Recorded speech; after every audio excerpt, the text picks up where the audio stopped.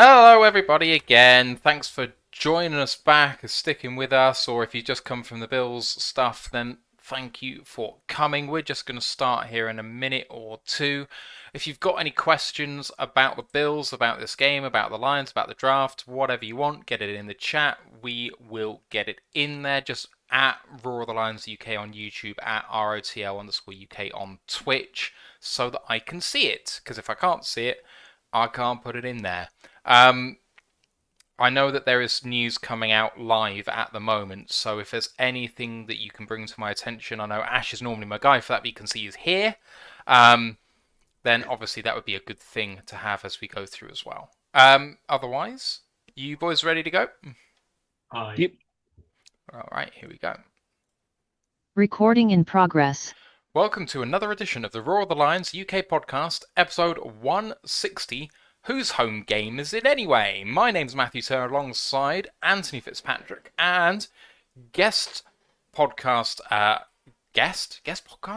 That's really not how I meant to say that, but regular writer for these preview shows, Ash Soden. How are you doing, boys? I'm okay. I'm very ill. That's why my hood's down. I feel like I've done 10 rounds with Penay Sewell in the octagon, so I will be hidden under this hood for a while. 10 rounds with Sewell, or maybe your Palpatine's next apprentice. I can't decide which. You know what? I thought you were going to come out with something really cheesy then, but I applaud that. That's a good one. You've started off well today. Excellent. Darth Antoninus. Oh man, Micro Mike is in the chat saying, "What's up, guys? How you doing, Mike?" He just said Ant-Man looks like the evil guy from Star Wars. I love it. Let's go. It's a thing. Well, I don't want people to see all my face when I'm feeling so bad, so this is how it's going to stay. There it is.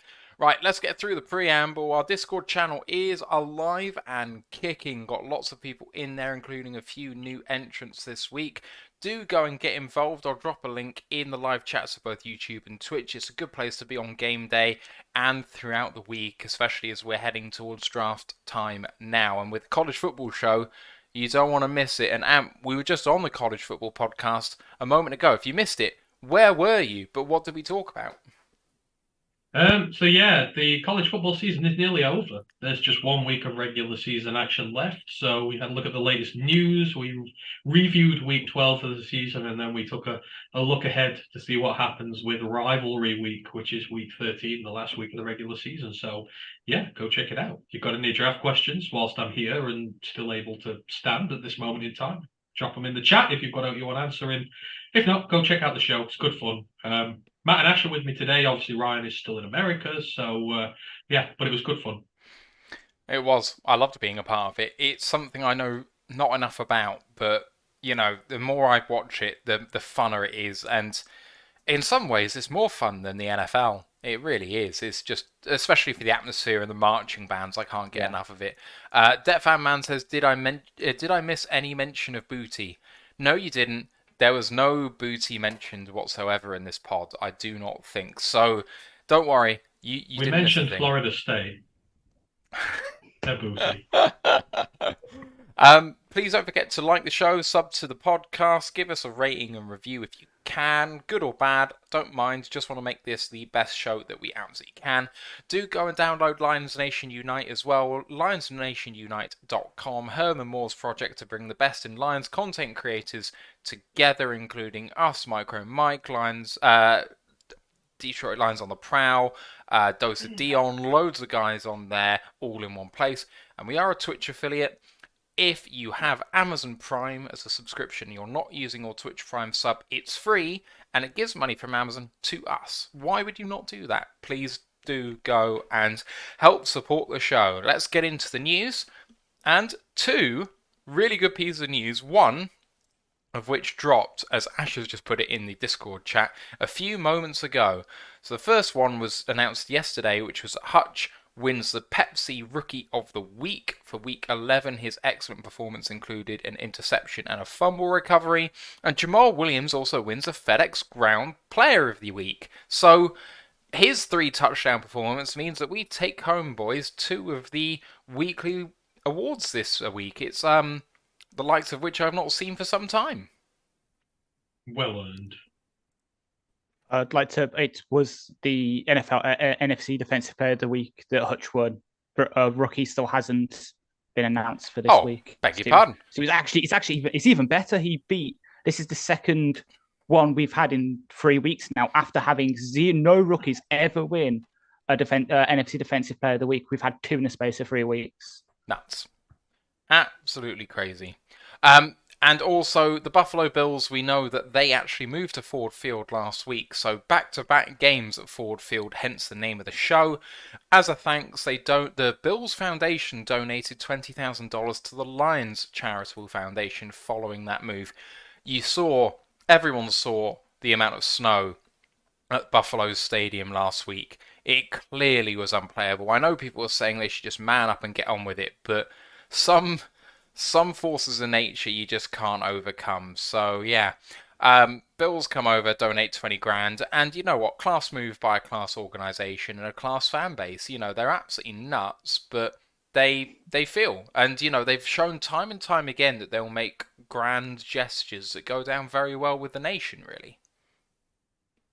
It's where last year, when they made the playoffs, they donated to whichever team threw the touchdown that got them into the playoffs. Because I remember the video of them all in the locker room huddling around watching the game, and they see the final touchdown, and then all like the fans donate. I think it was something like, I want to say it's like $12 because it was the quarterback who wears 12 that threw the touchdown. Was it not Andy Dalton? I feel like it was Andy Dalton. It But might have been Dalton, yeah. I don't know why. Yeah, it probably was. All right. Anyway, we're going to get straight into our Bills preview show. So the Buffalo Bills 7-3 on the season. Their expected win total is 7.6, so they're actually slightly under expectation. The season so far for them was a win at the Rams 31-10, a win versus Tennessee 41-7, then losing 21-19 at Miami, beating Baltimore 23-20, beating Pittsburgh at home 38-3, beating Kansas City in Kansas City 24-20, beating Green Bay 27-17, but then losing to the Jets 20-17 in New Jersey and to Minnesota at home. I say nominally at home. It was at home, actually. Sorry, beg your pardon. 33-30, with that ridiculous game ending with a fumble in basically victory formation on the goal line, which was ridiculous. And then this most recent week at Ford Field, nominally at home, beating Cleveland 31-23. In this particular game, the Bills are 4-1 on. That means that they're about, what's that, minus 400? Is that minus 300 or so? It's heavy odds in favour of the Bills. The lines are 16-5, which I make to be plus 350 or so. Bills are 9.5 point favourites. The over-under 54.5. The Buffalo Bills on injured reserve at the moment: Micah Hyde, Jamison Crowder, and Jake Kumaro. Tre'Davious White hasn't played a snap for them, their star cornerback, one of their biggest cap hits. But he is back. Whether he plays or plays much, I don't know. But he's off IR. And he's been off IR for a few weeks. So, not really sure what's going on there. But with the rest of the injury news, they are all now out. So, Evan Brown, Charles Harris, Jonah Jackson, Jeff Okudah, and Josh Pascal are all out of this game. Josh Reynolds is questionable, although I swear that had been updated, but he's questionable according to this. No designation for Chark, Ragnow, Rodriguez, and Swift. They're all going. Bills out is Tremaine Edmonds, which is massive. Greg Rousseau, which is massive. And AJ Epineza, which is massive. 3 huge losses, 2 on defense. No, 3 on defense. All 3 on defense. So this is a team a bit banged up on that defensive line and front 7. Josh Allen has no designation despite being limited all week with his elbow problem. Kyer Elam, he's going to go even though he's had an ankle problem. Other guys also with no designation: Damar Hamlin, Cam Lewis, Jordan Poyer, and David Quessenberry, all at some point either limited or needed to be on the report, but they are all fit to play. Excuse me. This Bills team is polarizing in the metrics, so let me tell you why. PFF have them 8th overall. Football Outsiders have them as their best team in the league. First overall, 32.2%. PFF have them at 81.9 to make them 8th.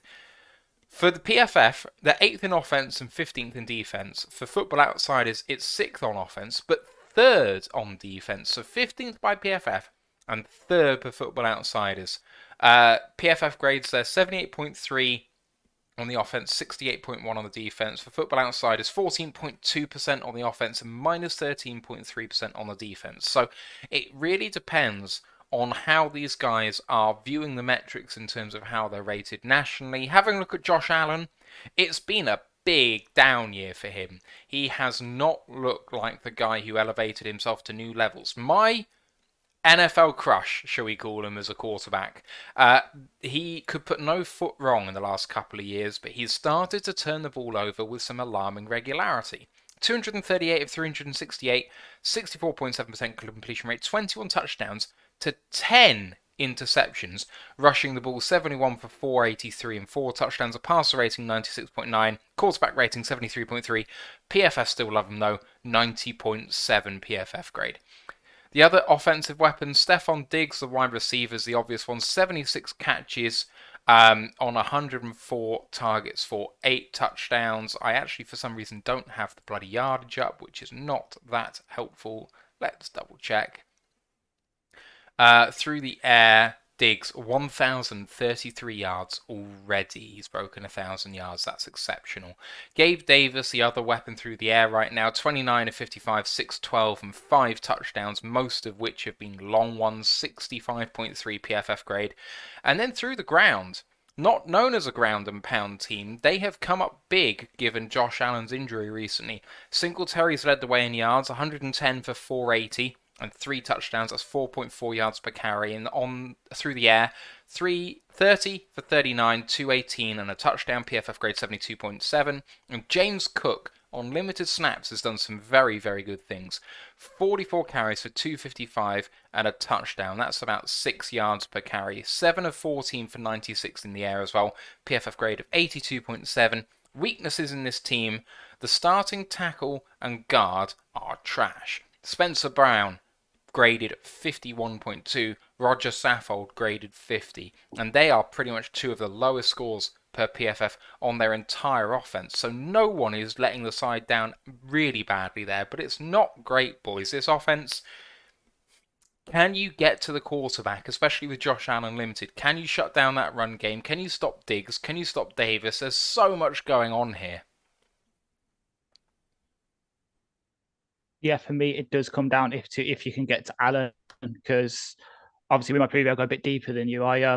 Football Outsiders have Buffalo line 7th best in pass protection in the league, and they rank 2nd in the league in terms of pressure given up as well.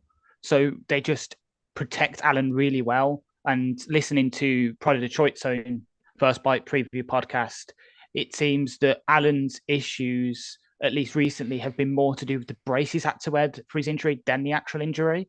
So I think a combination of having that limited range of motion and then almost having to learn a new cadence with his offensive coordinator, Brian Daboll, going to be the Giants head coach, it's sort of been a bit discontinuous for him. And then as soon as he gets into rhythm, he has the injury and it's knocked him a bit, and he's almost had to revert to dinking and dunking in a way to protect the ball. What do you make of this Bills offense, Ant? I don't think it's as feared. I don't think it's as fearsome as a lot of people do.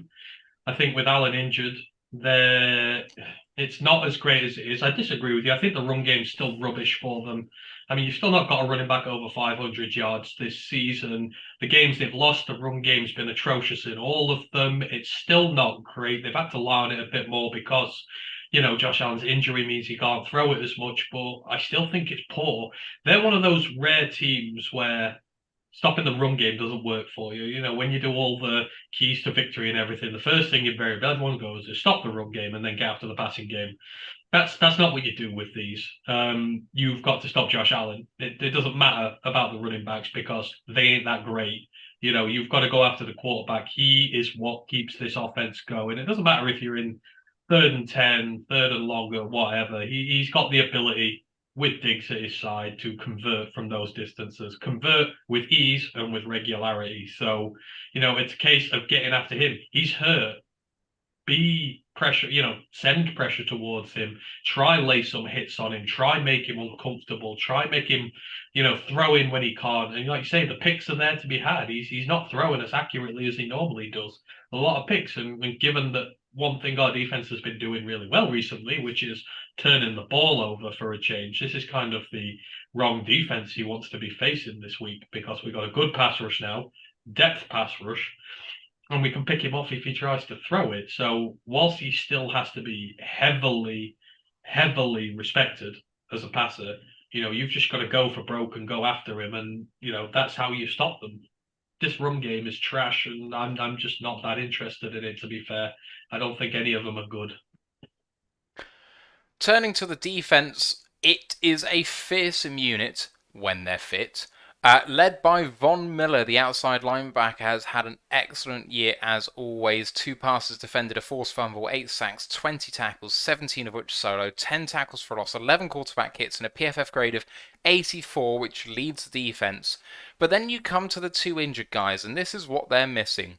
Gregory Rousseau, 2 passes defended, 5 sacks, 21 tackles, 16 of which solo, 7 tackles for loss, 9 quarterback hits and a PFF grade of 83.2, and Tremaine Edmonds, 4 passes defended, a sack, 65 tackles, 39 of which solo, 4 tackles for loss, 2 quarterback hits, and another PFF grade of 83.2. I don't know about you, but there aren't many defenses that could go without having 2 guys rated above 80, and you can see why they're regarded so highly, because they get in and amongst it, they do the dirty work, they get pass defense as well as those sacks, and Tremaine Edmonds just clears up anything that this defensive line doesn't. And then you have a look at the people behind them. Boogie Basham's had a good year on limited snaps, but they're also missing one other person whose name escapes me now, AJ Epineza, who has had a down year by his standards. But when you are missing him in the rotation as well, they're going to have to be going with Von Miller, who has had 430 snaps this year. That's not nothing, but it ain't all the snaps you can have in the world. I think the most on the team is 607, so that's, 2/3 of the snaps. You're forcing him to play every down. And then you're forcing Boogie Basham to play every down. I don't even know who's the backup there.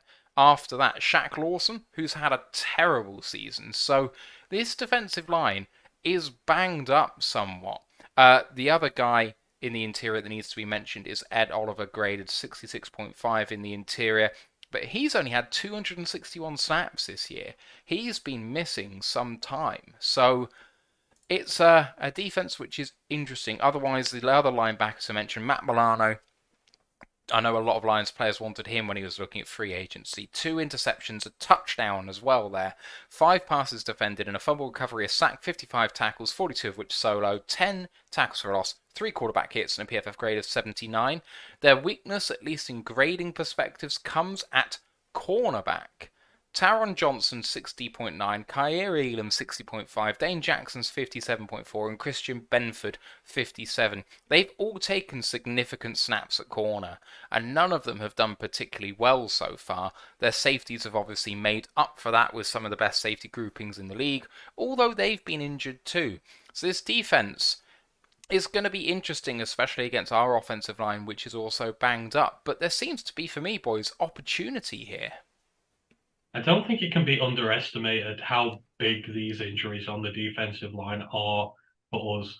You said there were very few gaps on that Buffalo defense, and you were right. Going into the draft last year, the only real need they had on defense was a corner to go opposite Tre'Davious White, and they went out and got Kyer Elam. So, they've got pretty much perfect defense if you can put it out there. And I mean, you look this year, held the Rams first game of the season to 10 when they were fully fit and healthy. The Titans to 7, the Dolphins only got 21, Ravens only got 20, Packers 17, Chiefs 20. I mean, these are some elite offenses you're coming up against, and they've not given up more than 20 points to any of them. But, one of the big keys to winning this game is going to be keeping Josh Allen off the field. And because you've got so many injuries on that defensive line, we now have a situation where we can run the ball on them. I mean, our offensive line, I would still trust to go up against them, even if it was fully healthy, because I think it's one of the better ones in the league. But now that it's undermanned, we're coming off the short week. I know we are as well, but I see a position where we can run the ball very well in this game, and we can kill clock well in this game. If we can do what we did against the Bears, I mean, the first half of that game, 3 drives for them, 2 for us. It was very little because we were consistent with what we did. If you can get a similar type stat line in this game, where you ain't got many drives going on and you can just make the most of yours more than they can, then there's an opportunity for you to put some points down in this game. Like I say, a lot of great offenses have failed to do that so far, but we have, what none of them have, which is a truly great offensive line. So I think the mismatch stacks pretty well for us. Does it make it better all of a sudden for us? No.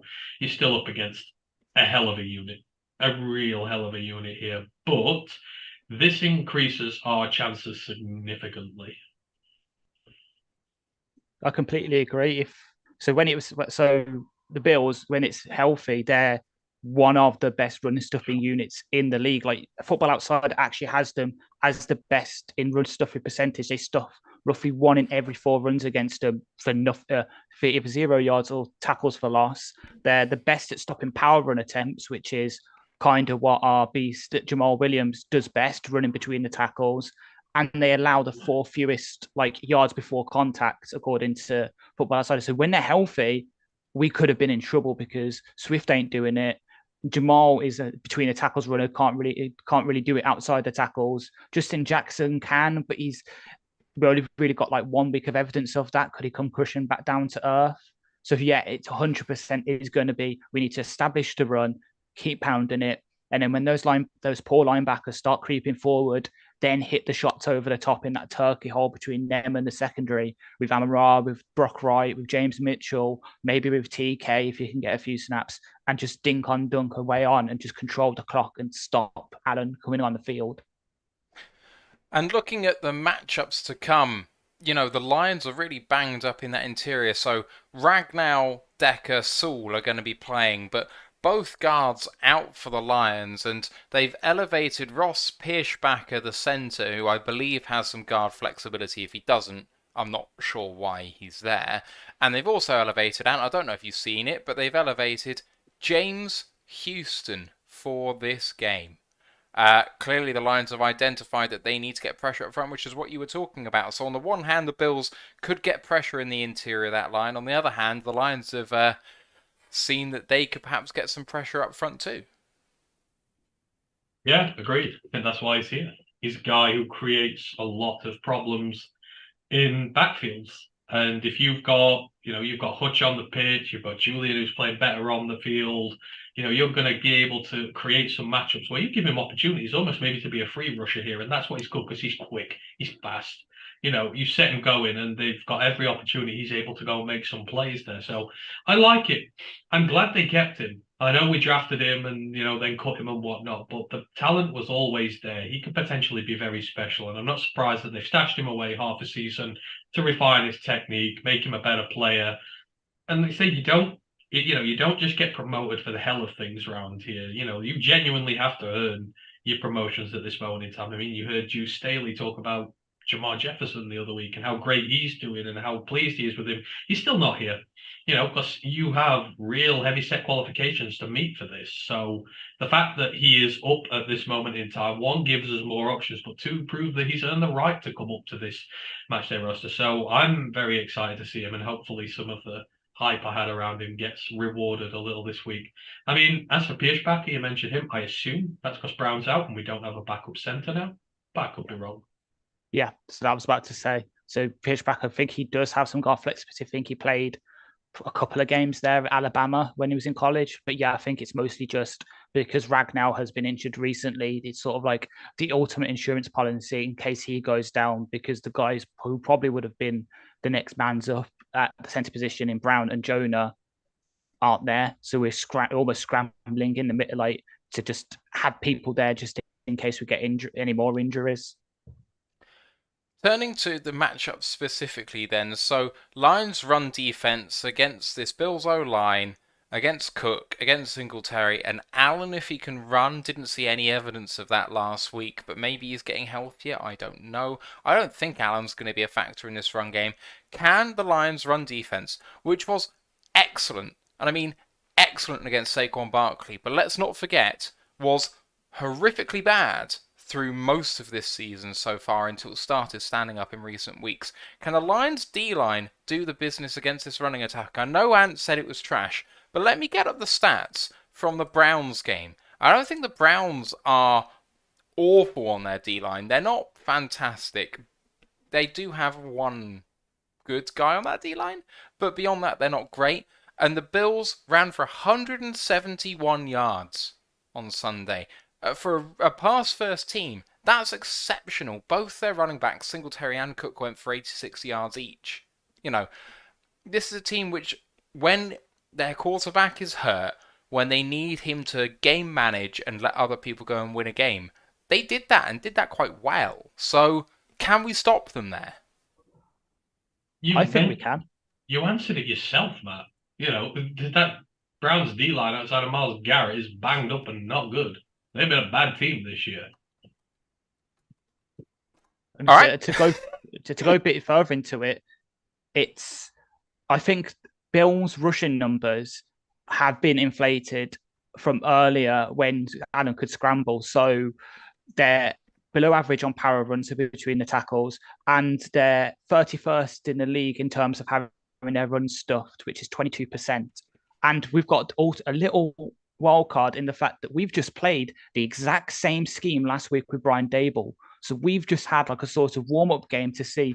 I hate to say warm-up game when playing against Saquon Barkley, who until last week was a comeback player of the year candidate and one of the the highest rusher in the league. I almost treat him as like a warm-up game. It's wrong, but in the same way, we know that we've seen the exact kind of concepts that they're going to be used against us with worse players.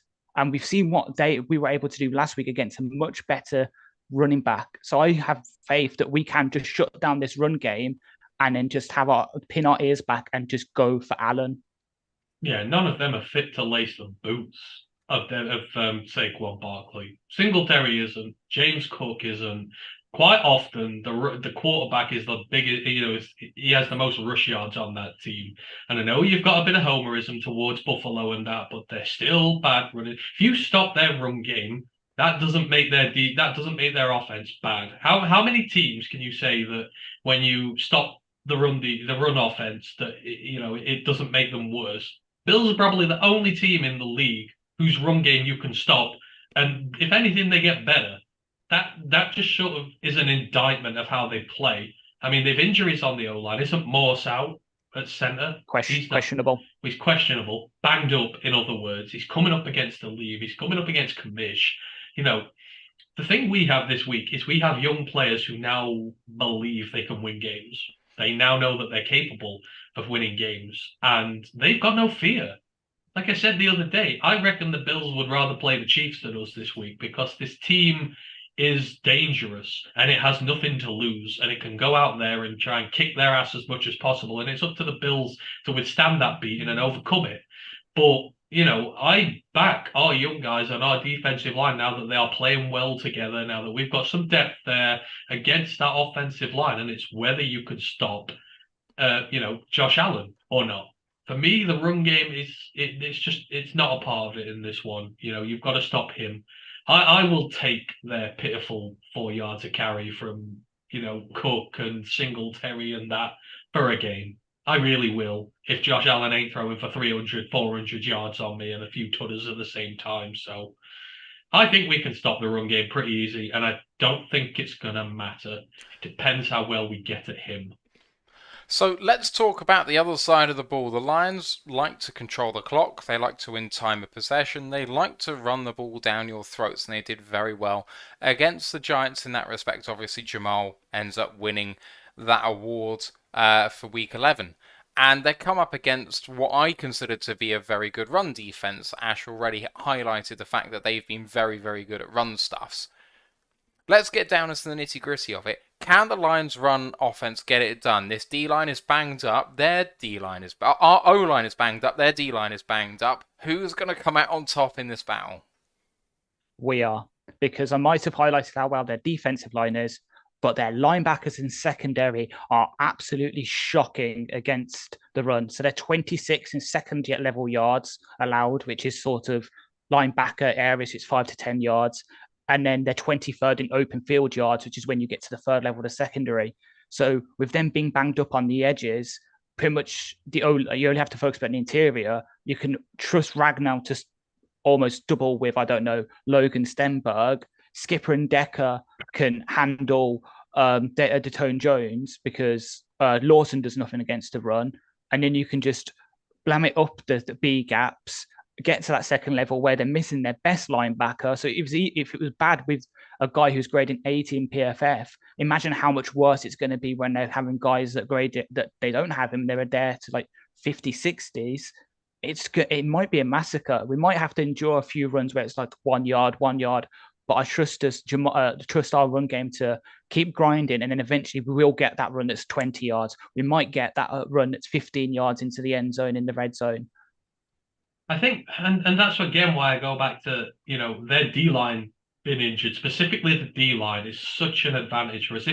If their secondary was like wrecked with injury right now, I'd still feel bad about playing them because I know that defensive line, one, is going to stuff my run game, and two, it's going to bring uber pressure on Jared Goff. So I don't care that they've got a weak secondary. I don't think you can really exploit that. If the linebackers are injured, kind of same problem again. I can't get my run game going, and I'm going to struggle to get my pass game going. And the secondary is good.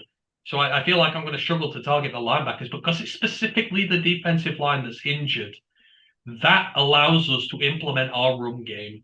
It allows us to keep their offense off the field, and we do it better than anybody. The super back is back in. We use him.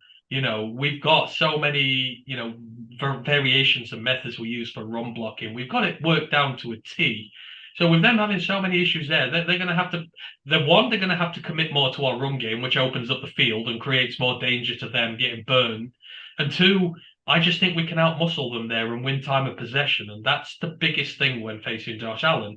Be on the field longer than he is, and your chances of winning going up exponentially. But I will trust our O-line. We look good with Logan Stenberg in there. We've looked good with Dan Skipper in there running the ball. Doesn't really matter who's in there. We can run it well. And now we've got the confidence to go with it, to actually go out and win games. Red zone. So good in the red zone. Giants, one of the best red zone defenses in the league.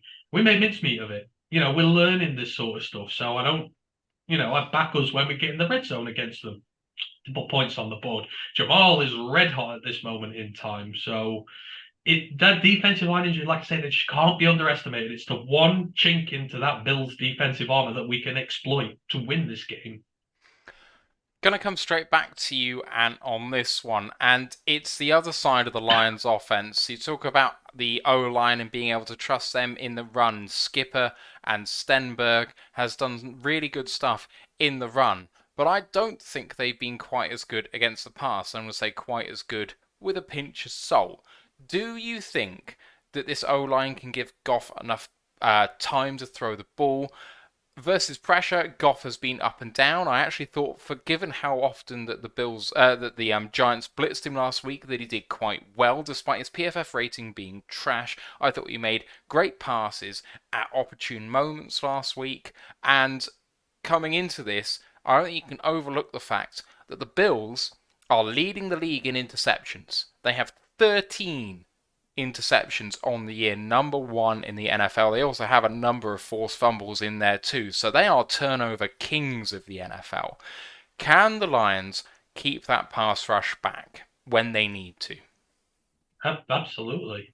I think you're able to, providing you establish the run game first. If you put yourself in a position where you're not running the ball well and you're putting yourself in unfavorable situations, then absolutely you can. But it's all part of the overall game plan. I mean, don't forget. That scrub Jacoby Brissett put 350 yards down on them. I think no picks. That's Jacoby Brissett of all people. And quite frankly, I think Goff is better than Jacoby Brissett. So if you put your guy in favorable situations, then I think you can score points. And I think even did the Browns not even run the ball that well? I don't think so. They just passed on them all game. I know they were behind, but when Jacoby Brissett can put up over 300 yards on you, Jared Goff can do what is needed to win games. So that's what Goff has been doing. He's been game managing whilst the run game does the heavy lifting, and that's always what this offense needed to be. I know Goff has contributed to it. He's thrown a lot of touchdown passes, but Yeah, of course you can, but it's all part of the overall game plan. First thing you got to do is establish the run, and now the D line's injured, you can do that, and then you stop the pressure bin ball. I mean, Matt Milano, you stop him pass rushing as well as all the other guys they've got. Those corners. I'm not one of those stats guys who digs in and all the stats of that, but I'm willing to bet that their corner blitz rate is pretty high for a team like those. They seem to have corners who blitz a lot, so if you can sort of take that aspect out the game, again, I could be wrong, but I feel like they are. I feel like that's something they do. You take the cornerbacks out of the game, you take the linebackers out of the pass rushing game, stop them from overwhelming you in it, then 100% you can. And the way you do that is run the damn football on them so they have to stack the box against you. And then when you can pass it, I mean, I'm not sure. I feel like this will be a game for chalk, if anything. And their linebackers are really good. And usually we're in a position where we will use, like against the Giants, their linebackers are trash. Put Amon-Ra on them, he'll get yards for days. I don't know how Amon-Ra will do down the middle of the field in this one, but I feel like the guys on the outside might have some success here if we can. So, but yeah, I think that they can pass protect well. It all just bases on establishing the run game. Ash, do you think they can do it through the air? Do you think Goff is going to have enough time to throw? Yeah. So for two reasons, I'll sort of go with the second reason first, since it quite links on quite nicely to what Ant just said. I'm actually going to disagree with him. So from my preview, I found that their nickelback is actually the worst of their cornerbacks. So Amon-Ra, I think, is going to have an excellent game, if anything, because so it's Johnson. He gives up he's throwing about six times a game, gives up 4 catches for about 45 yards and 103.3 passer rating. All the other corners give up about 75. It's actually going to be a game of play the middle. So I think actually Amon-Ra, Brock Wright, James Mitchell, Kabinda at the backfield, Swift, if he actually turns up, we can use him on the Texas routes. It actually is going to be a game of going down the middle sort of thing. And then to sort of circle back around, I think we can, because the O-line has got practice going up against this scheme, especially on the defensive front, because Bills run the exact same defensive front that we do. We both run a 4-3 under. So our defense has got a lot of practice going up against the exact alignments that they're going to use on us. So you're going to have Von lined up on Taylor Decker. You're going to have presumably Bugi Basham lined up over Stool. You're going to have Ed Oliver lined up directly over the left guard, probably Skipper. And then you're going to have Jones lined up directly over Ragnow and Stenberg. It's going to be it's almost, I don't want to say a perfect matchup for us, but a beat-up team that uses the exact same scheme that we do might be a good thing for Ashes for us to go up against. I don't think we'll be able to fully stop Ed Oliver. I think he's still going to get in there, but even when he's got in there, he hasn't been able to finish his pressures. So he does get, let's have a look. He gets 1.57 pressures a game he's played, but only 0.07 sacks. It's very much the tale of like the early of our season where we could get in there, get the pressures, we just couldn't finish. Oliver, who's their best pass rusher right now, outside of Von, who going up against Decker, who in the past 3 weeks has not given up a single pressure. I think we could do it. Just Jones is not to be worried about. Basham, not to be worried about. Von, Decker might be able to handle him. It might be a 50-50 game. It's mostly on Oliver. It's such a hard one for me. I am backing our team to do the business, but I have a fear that Oliver could wreck it all with what you're saying. He's the guy that I'm fearing the most. I don't fear Von. I don't know if he can do it. Like, with that many snaps, because they're going to have to rely on him to play pretty much every snap, and is that going to diminish what he can do? There's a reason that he's not an every down guy anymore. So coming into the third and fourth quarter, is he going to be blowing a little bit? I don't know, but Goff, to his credit, he's been kind of sidestepping out of sacks. He's not been trying to run away from them, apart from the odd one here or there, but otherwise he's actually missed about 4 or 5 sacks through sidesteps. I've got confidence that he can do that. So, I don't know. Can he do it? This feels like a game that Khalif Raymond might have to have a big one in order for us to win. He, underratedly, has had an excellent season for us. Someone who again has been relied upon to kind of be that wide receiver one, despite all of the investment that we've made there this year and the lack of it last year. But I sneaky think that their defense just isn't very good coming into this game. With the number of injuries they have and where it is, Well, so you're telling me 2 of their 4 defensive linemen aren't that good, and you're telling me their best linebackers out, and their corners are bad, and their safety, who's excellent, has only just come back from injury.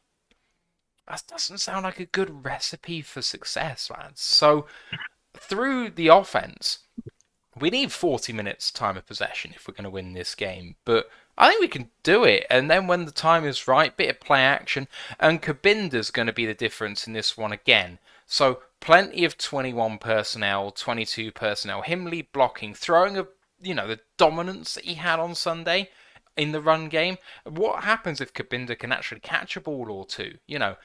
The Lions offense matches up so well with this Bills team on Sunday. I worry about the Bills for this one.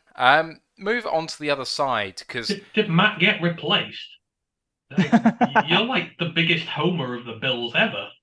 yeah, well, One feels like this is pandering to the crowd. I don't think. Well, okay, so bear in mind I picked the Lions to lose the last 3 games. Just bear that in mind.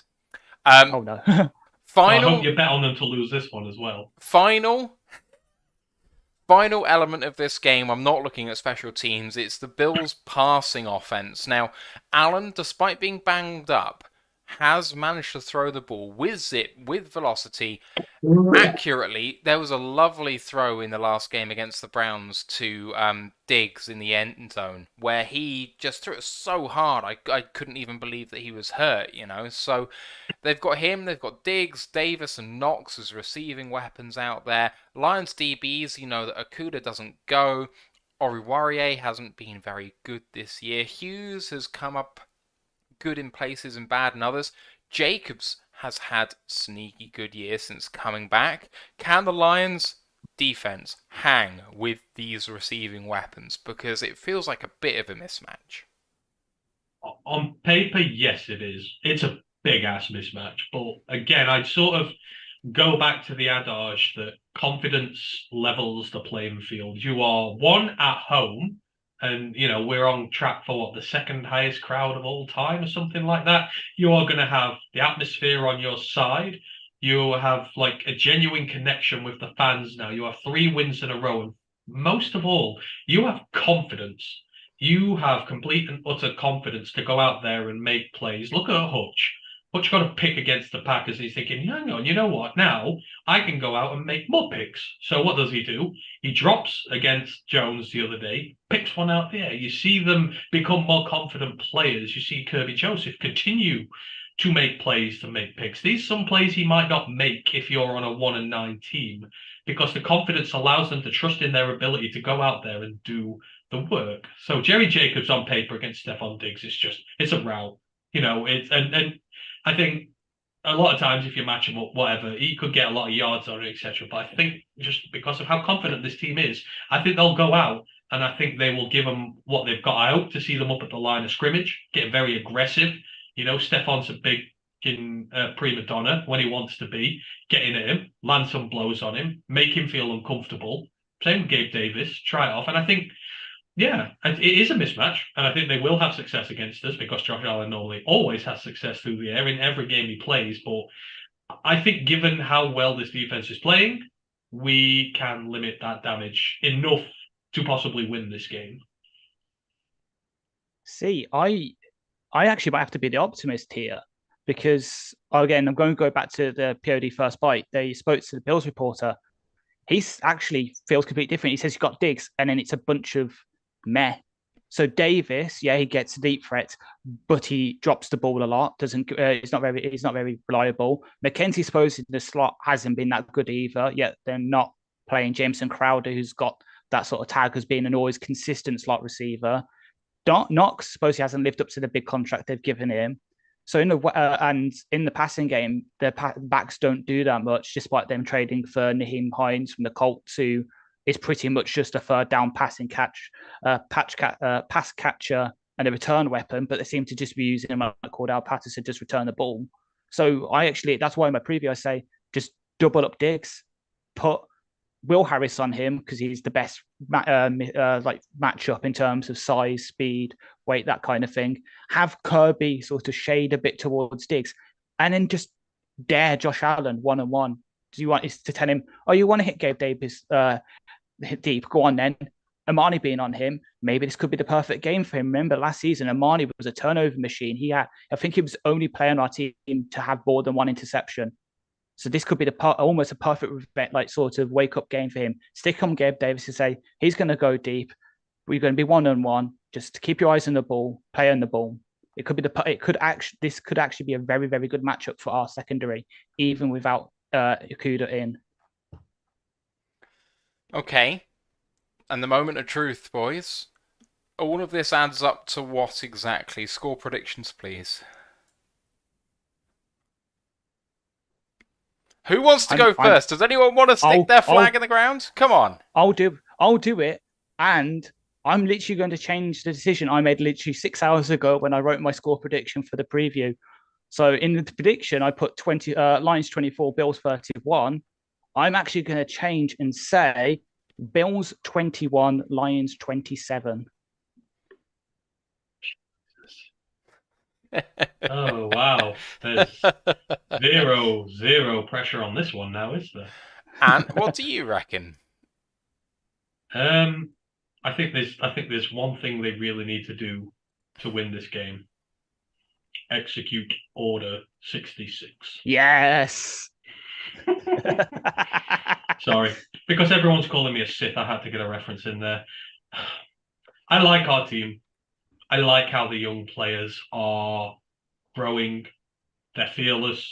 They didn't want to have a losing season. They are desperate to win games, and they are showing multiple different ways that they can win games. We've had the narrow win against the Packers where we held them off. We've had the come from behind win against the Bears. We've had the blowout win against the Giants when we held it up there. And I like how we're developing. And after all I've said about how we can beat the Bills and whatnot, I'm just not 100% sure we're there yet. Yes, the crowd is going to be on our side. Yes, there is a lot of reason for optimism, and I really want to believe that we can win, but I don't know if we're at the Bills level yet. I think we are incredibly competitive, and I will be happy with an incredibly competitive performance, but I think the Bills might just nab this one. I'm going to say Bills 30, Lions 26. But we can win. I know that we can beat them. I'm just not 100% sure we're there as a team just yet. But that's not an indictment on this team. The Bills are gold standard for a lot of teams. So there we go. So I picked the Lions to lose against the Packers just because I thought it was a bad team against a worse team, and I was wrong. And then against the Bears, I picked the Lions to lose because I thought the Fields against a bad Lions team that got lucky against the Packers couldn't convert. And then last week, I thought, well, the Lions can't possibly beat Saquon Barkley. What I said was, okay, you want a better loss. You want a better loss. So what I said at the time last week was they've won 2 games on the bounce, and I don't trust them to win. Give me a reason to trust you, and I will. And they obliterated the Giants. Like, they obliterated the team that used control to win games, and we controlled them. They were in the palm of our hands. Matt, take one for the team and say they're going to lose. Lions win this game. Right, everybody. The Lions lose tomorrow, you know who to blame. Lions win this game, and you know what? They get up early, and they stay ahead all the way through. I do not think the Lions will go behind in this game. Wow. So you two have just predicted wins to make me look like the bad guy. Yep. 31-16 Lions. Yeah. Sorry. Don't be sorry. Don't be sorry. But I thought I was going to be the optimist. No, so the thing is, you look at this. They beat the Packers 4 weeks ago, and they looked worse than we did doing it. They lost to the Jets. They lost to Zach Wilson, who's benched now. They lost to Minnesota in a game that they should have won, but you know what? They found a way to lose. And then, yeah, they beat a bad Cleveland team. Okay, fine. Well done, you. This team has played under itself for the last 4 weeks. And we've played better than ourselves for the last 3. So, I just don't think it should even be that controversial. The thing I will say is the line on this game of 9.5 points is flat out disrespectful. I don't Definitely. care that they're 7-3 and we're 4-6. I don't care that they're a much better team than we are generally. On form, on momentum, and the way this team is playing versus how they are playing, this should be far closer than that. At home, it's a joke. I agree the line is disrespectful, given how well we've been playing. And don't forget, the Bills have lost 2 of their last 3 games. We've won all our last 3, and we're at home.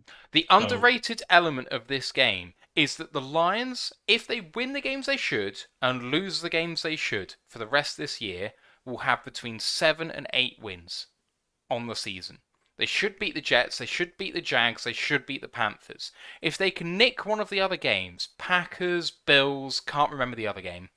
If they can nick one of them, Vikings, Bears, and should beat the Bears as well. Sorry, yeah, so that's 4 games they should win. That brings them to 8. Need to nick one for 9. 9 wins is definitely playoffs, and 8 might be playoffs. If you can win this game, you might be right up there for the playoffs. So And are we on the Roar of the Lions UK podcast now endorsing playoff talk? If the Lions win, yes. if the Lions win the 4 games they should, 8 and 9 will be about 30% right now to get into the playoffs because of how weak the NFC is. And that's just winning the games they should win. If they can nick one, and this is one that they should be in the game. If we get blown out in this game, people will say, oh, well, it was the Bills against the Lions, so we'll get away with it. But we shouldn't let the Lions get away with being blown out in this game, because they shouldn't be. The way they've been playing, we shouldn't let them off the hook with this. They need to carry the momentum forward. I've heard people on other podcasts say, oh, okay, well, they'll win the games they should, and they'll lose to the Bills, but then they'll go on a run. But you know what? Momentum's a real thing in the NFL. You lose a game, maybe you drop another one. You need to carry the momentum. And what happens if we win this game? We might win the week afterwards. We could go on a proper bloody run. Like, this game is so important to our season, and people are writing it off as a loss, and we go again next week. We can't do that. People saying, oh, I'm glad that at least if some people were injured, at least they're missing the game we should lose. No, we need to win this game desperately. Like, I haven't Zach Wilson beat them. Zach Wilson beat End of conversation. It's Zach unbelievable. He got benched for Mike White. Joe Flacco's thrown more touchdowns than him this season, and it's Joe Flacco. In 3 weeks. He was only a quarterback for 3 weeks. Exactly. We should be the reverse Cardinals. Yeah, See, I do feel like momentum-wise, we have everything in our favor. To beat the Bills, you have to have everything in your favor. And I feel like we do have everything in our favor. Form, home advantage, young team, full of studs, playing with no fear. Like you said, that Bills team, for want of a better part, some of the big pieces are getting old on there. Von Miller getting old, etc. So there's no reason we can't. Just because I'm predicting a loss doesn't mean there's no reason we can't. I could quite easily see it happening, but I have to be subjective and evil. Let me add one further element to this game, which is quite fun. Pressure. Ant has preached pressure. Now the Lions are 4-6. You know what? I spoke about how important this game was. But you know what? If we lose this game, no one is going to blame us. They really aren't. Everyone's expecting us to lose this game. You look at the line, if we lose this game, who cares? But the Bills are 7-3 in a division where the bottom side is 6-4. They are in a division, and in a conference, where the NFC might get in at 8-9. The reason for that is because the conference victories are going to the AFC. The AFC, you might need 11 wins to get in on a wild card, maybe 10, but you're not getting in with 9. If the Bills drop this game, they could miss the playoffs. They really could. They must win this game. And when they've been underperforming in the last few weeks, they need to make a statement. And that pressure is going to weigh heavily on their shoulders. And when they've been under pressure in past years, they've buckled. They have. Yeah. The Chiefs were there to be had last year, and they buckled. So. The team which could knock them out of the playoffs are the 2 sides below them in the division, who are the 6-4 Patriots, the 6-4 Jets. The Jets probably won't get there, but the Pats might. They're a plucky side, and I hate saying it, but they are doing better than I thought. The Bengals are 6-4, and I expect them to improve. Otherwise, it's the Chargers at 5-5, and the Chargers are getting healthy at the right time. You see that crazy stat that like Jelani Tobias is the 21st best linebacker in the league, like by PFF or something? Lions drafted Crazy. a good one. Crazy what Bill does with guys. I've kind of just remembered as well that there's probably another reason I technically shouldn't want us to win this, because I said I'd put myself through a table if we did. So I completely forgot that I promised that, but I just remembered now. So we need to find a proper wrestler to put you through the table.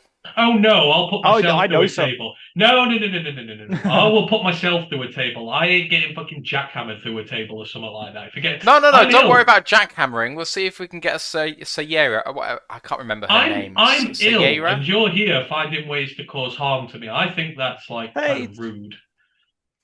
I've heard it's a really good cure for a cold. Yeah, just knock all the mucus out. Oh, what? Getting an RKO through a table is good for a cold. Yeah, I bet.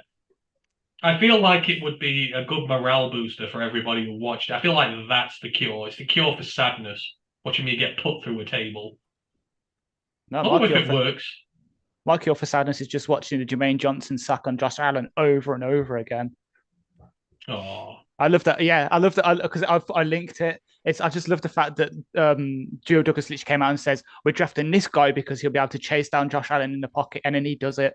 So, and we've drafted a better version of Jermaine Johnson. It pains me to say that because I love JJ too, but Hutch is more athletic, more moves, bigger size. He's got everything. So if JJ2 can do that, what the hell is Hutch going to do to him on tomorrow night? Wow, so much JJ hate. That's just awful.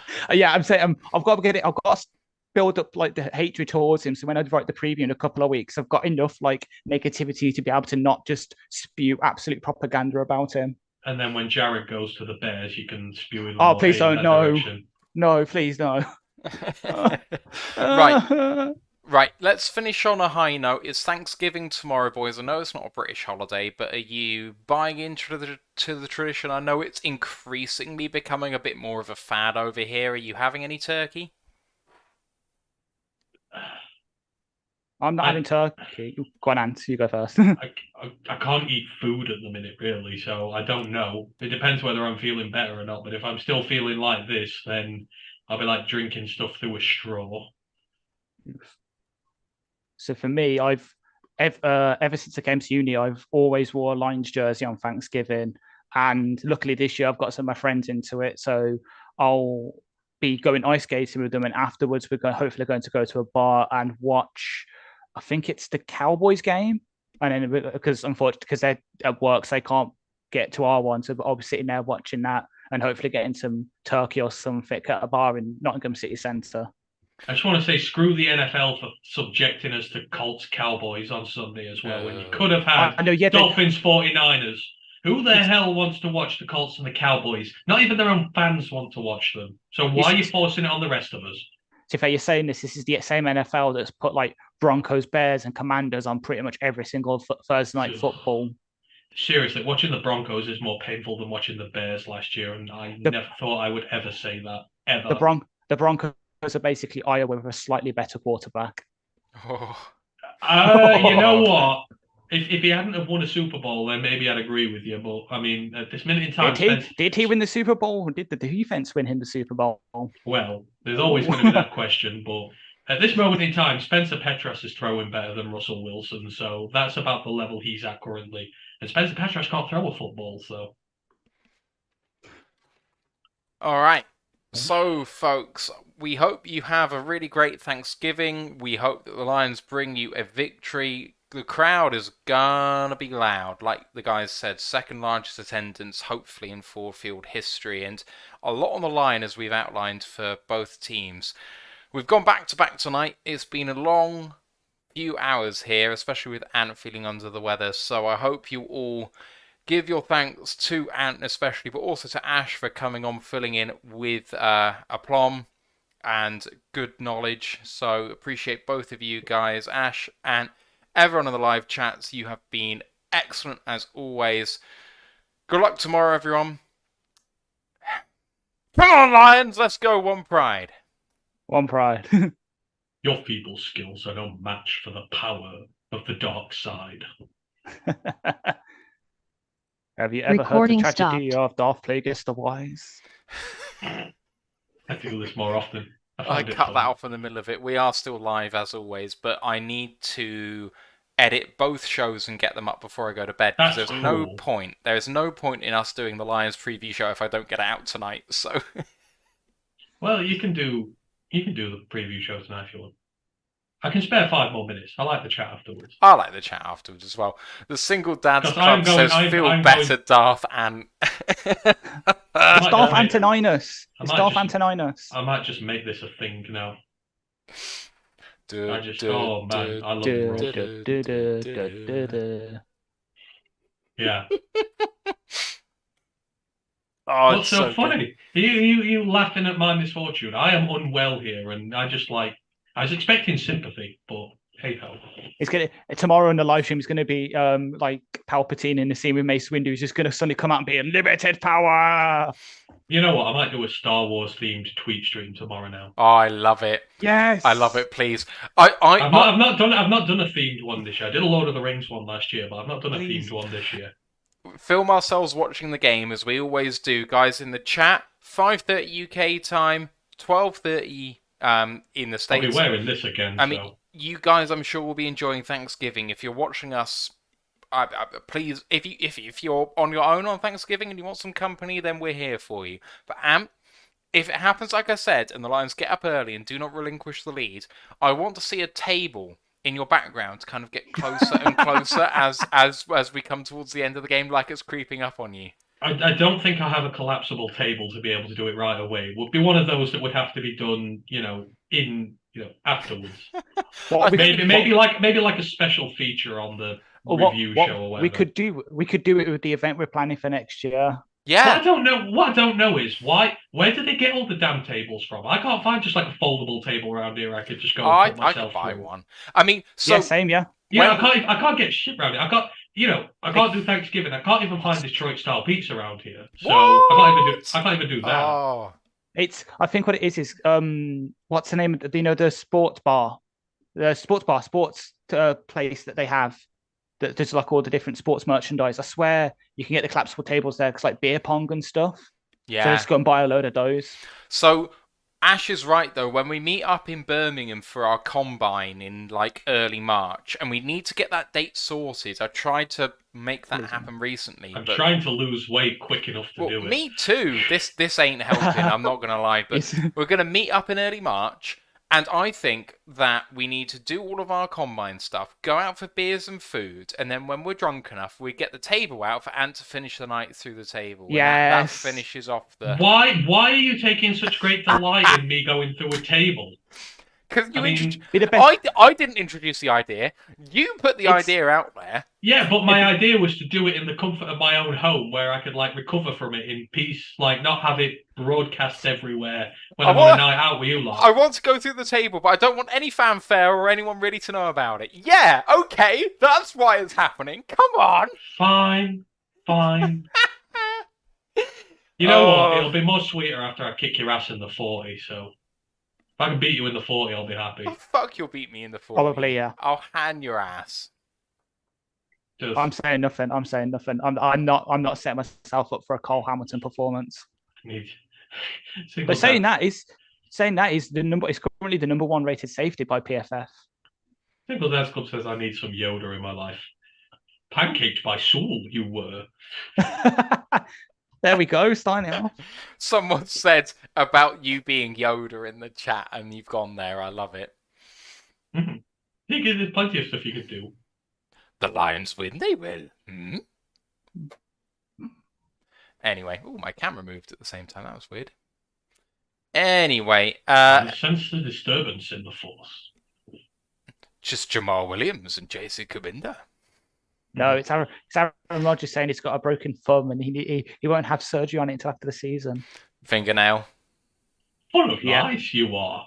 Exactly. Yeah, I posted it in the Discord. It's like there's an interview of him saying it. It's just like Excuses? Like, come on.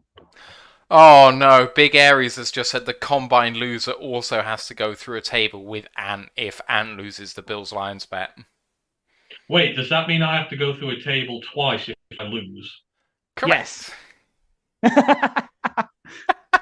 I'm glad you find this funny, Ash. Hey, it's just me getting you all back for the FSU stuff for the North Carolina State own you. So the Own. thing about combine is how do we actually rate it in terms of we can use like- RAS, so you can Okay. upload. We're not stuff using in. RAS. I don't want to get like a 0.01 RAS. No, so we can do it with like long snappers. Like I think the average person, because I think one of my friends did it for his fantasy league where they did a mini combine, used the RAS score to determine draft order. If you put yourself at like long snapper, like if you get average scores, you get about 6.5, I think. okay, but So the I've got a disadvantage. Yeah, I was about to say the problem with that is that I'm much heavier and taller than you are. Like, are you willing? No, to that have works in your favor. I know Exactly, it works in my your favor, fa- but are you willing to take that? Because surely it would make more sense if instead of, I mean, long snapper's a fairly big guy as well, though. He's an offensive Yeah, they're lineman, tight right? ends, yeah. So, or tight Yeah, end, yeah. because it's Oh. tight end in Madden. That's one of my gripes with Madden is the fact that they keep putting long snappers as tight ends. So Scott Daly's like a 26 rated tight end, and he keeps getting cut. Fair enough. I wish a snap has actually made a difference. Like sometimes on Madden, the snap would go over the punter. Because Exactly, it that's what I'm saying, Mick. happens. Yeah, exactly. Make that his own position, but this is EA we're talking about. They still don't have correct terminology on the defense. So you have like, who is it? The famous one. God, you have people like, God, what's the Eric Kendricks? You'd have the Cowboys sign him as an edge rusher because they don't have correct terminology, and they postponed NCAA for another year, so I can't do my know. FSU career mode with Jordan Travis confirmed. Well, they might be relevant again by then, so silver linings. Hey, relevant, but I think there's a reason you didn't mention the Battle of North Carolina during the college pod. Oh, what? Yeah, because you injured our quarterback. But it was a completely legit play. So if we'd injured Travis on a totally legit play, you wouldn't be saying "oh" about that, would you? Oh no, I wouldn't, because Louisville did it, and he's come back and he's playing well.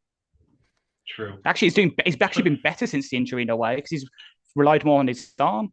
It's funny that Big Aries says I look like I'm going to a boxing match. I feel like I've been in a boxing match. Feeling a lot of pain. And now, On a scale of- fighting out of the blue corner, weighing in at 220 pounds. Darth Sidious. on a scale of like Round one, death by electric bolts. on a scale of like 0 being Jake Paul and 10 being like Tyson Fury, what level of boxer? So I need to get myself a black robe, don't I? I'll get a black robe next. You can get them. Yeah, just type in Amazon. You can get like Sith and Jedi robes, black robes, like 20 quid. Oh, that's not bad actually. Black robes, gold pants. I can see it. I can see it. Oh, how fun. Oh yeah, that fan man's got it. This is the fight of the evening. See, Now, everyone's saying it's Lions win. time. Everyone's saying Lions win, and I feel bad now because I wanted to say that we would win, but Hey, as I say in the preview, I've got the Bills scoring another 10 more points and winning. I've just changed my mind in like the last 4 hours. Ant would be the boxer with too many tassels. What's that implying, Death Family? You think I'm a man who wears tassels? Yeah. Looking like that was play into the rest of the panel. That one is looking like a curtain. What? No. Have you never seen those curtains with the tassels on? Yeah, but I don't think that's what he's meaning. I know. No, I don't either. I don't. I think he thinks I come out in my shorts with a pair of Da, da, da, da, da. This got weird. Quick. Keep It can't be weird in the one. lads. I thought I'd get asked like normal questions and stuff like that, like college questions and Lions questions, but it's what type of boxer would you be? See, nothing could be weird in the comments I made on Sunday about what Josh Allen's going to do to Hutch.